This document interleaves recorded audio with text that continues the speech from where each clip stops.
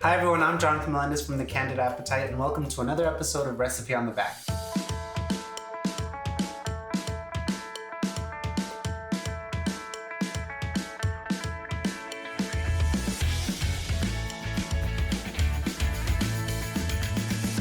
In case you're not aware, this is the show where I try different recipes that I find on random grocery store products.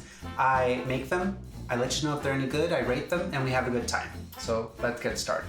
In the season 2 premiere, I mentioned how I was going to this season start incorporating some recipes that are well known, recipes that you all have constantly told me to make, and one of them is the Hershey's Perfectly Chocolate Cake from a Hershey's Cocoa powder. This is unsweetened cocoa powder, and full disclosure, this is the chocolate cake recipe I use all the time myself, so I know it's good. One of the great things I love about it is that it's very easy. You don't need a mixer or any fancy equipment. You literally just need a bowl. Because I've made this recipe before, and I'm a big fan, I'm gonna right off the bat probably guess that this is gonna be a 10, but we'll see, okay?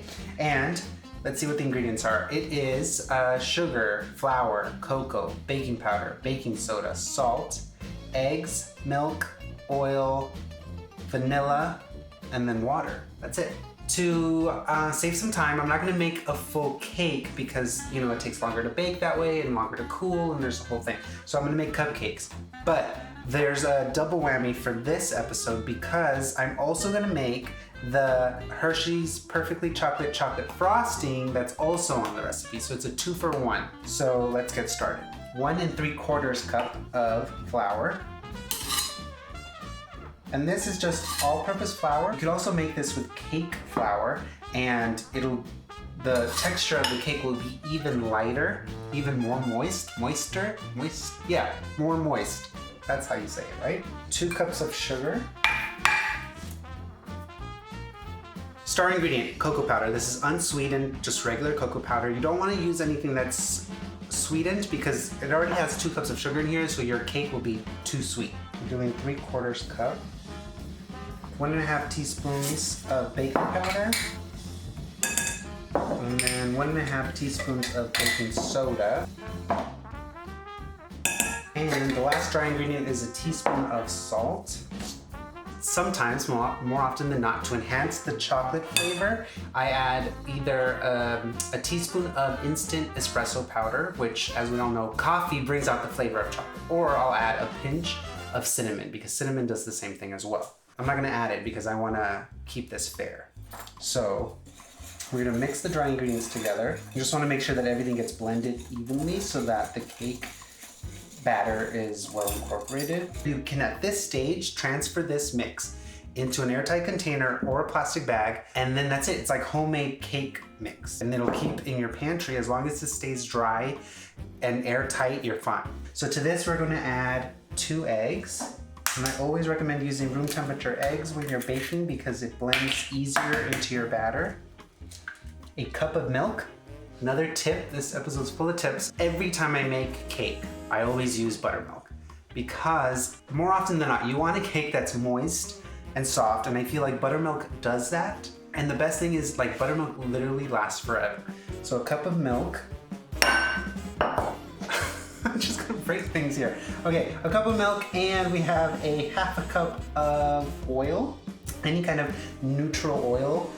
This is sunflower oil, just because that's what I had on hand, but you can use vegetable or canola oil if you want. We have 2 teaspoons of vanilla, and we're gonna whisk that together. And at this stage, once you whisk this, it'll be kind of thick, but don't worry because we're gonna add one more ingredient to the end. So at this stage, we're gonna add the last ingredient, which is hot water. Another tip, the recipe calls for a cup of boiling water, right? Which is what I have here, a cup of boiling water. If you wanna add more flavor to this cake, instead of hot water, you can do hot coffee. You add that to this, it'll enhance, again, that chocolate flavor, and it'll give it a little bit of coffee flavor if you're into that. So you add the hot water or the coffee, and you whisk this until smooth. And then at this stage, after this step, your batter will look very thin, and you might think you've added too much liquid, but trust me, it's supposed to be like that. And that's it. That's our batter. It was easy.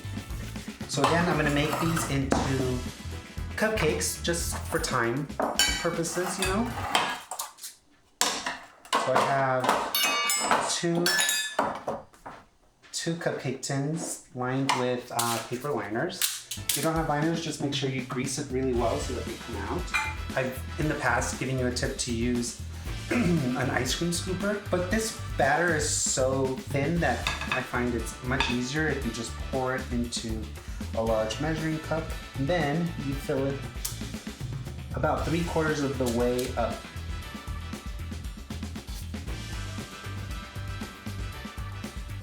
So I filled what is this called? The tins, cupcake tins, with the batter, and then they just bake in the oven, easy. 18 to 20 minutes-ish, 350 degrees. Put a toothpick in the center, comes out clean, you're good to go.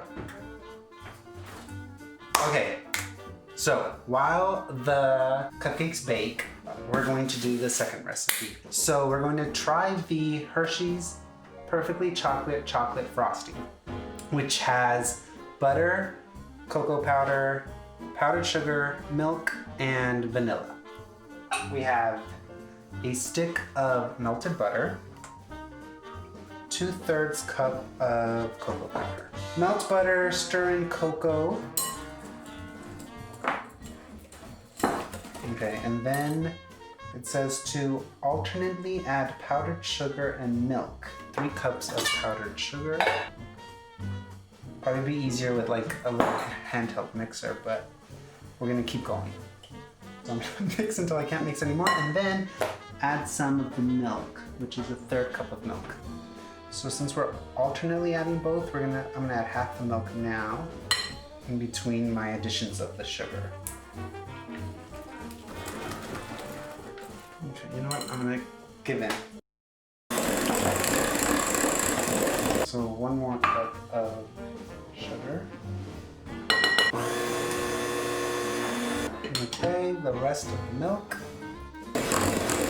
And finally the last cup of sugar. Then the last ingredient is a teaspoon of vanilla. I'm going to add a pinch of salt. It's not written, but anytime I make frosting, I like to add just a little bit of salt because it balances that sweetness. That's it. It looks good. So cupcakes are done, I'm pretty sure. Right in the center, clean. If you have like 1 or 2 crumbs, that's best. You don't want it to be completely dry because then that means you probably overbaked it. So take them out.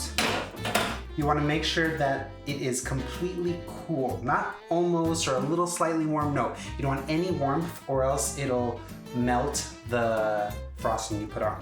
So we're gonna wait for these to cool completely and then we'll frost them.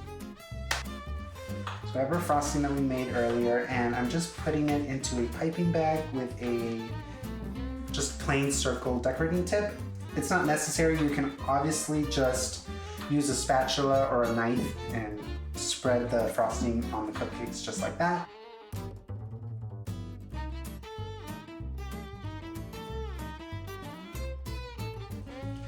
Oh, we're ready.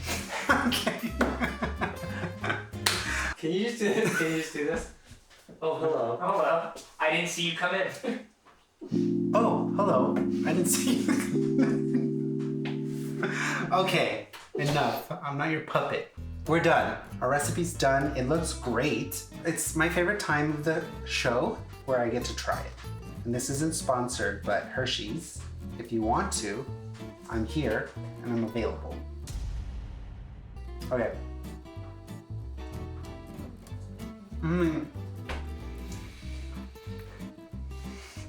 It's like what the Matilda cake looks like it would taste. You know what I'm saying? Delicious, honestly. It's soft. It's moist. This frosting I've never made before is delicious. If I was just rating the cake is a 10. It is a little sweet overall. I will say that, which was my fear. I was hesitant to make the frosting and put it together because the cake is sweet and then this particular frosting I think is super sweet. I feel like it's a sugar bomb. So because of that, the frosting, while it looks good and it was easy to make, I don't rate it on how easy it is. I rate it on the taste. And so the taste, I'm gonna rate a 5.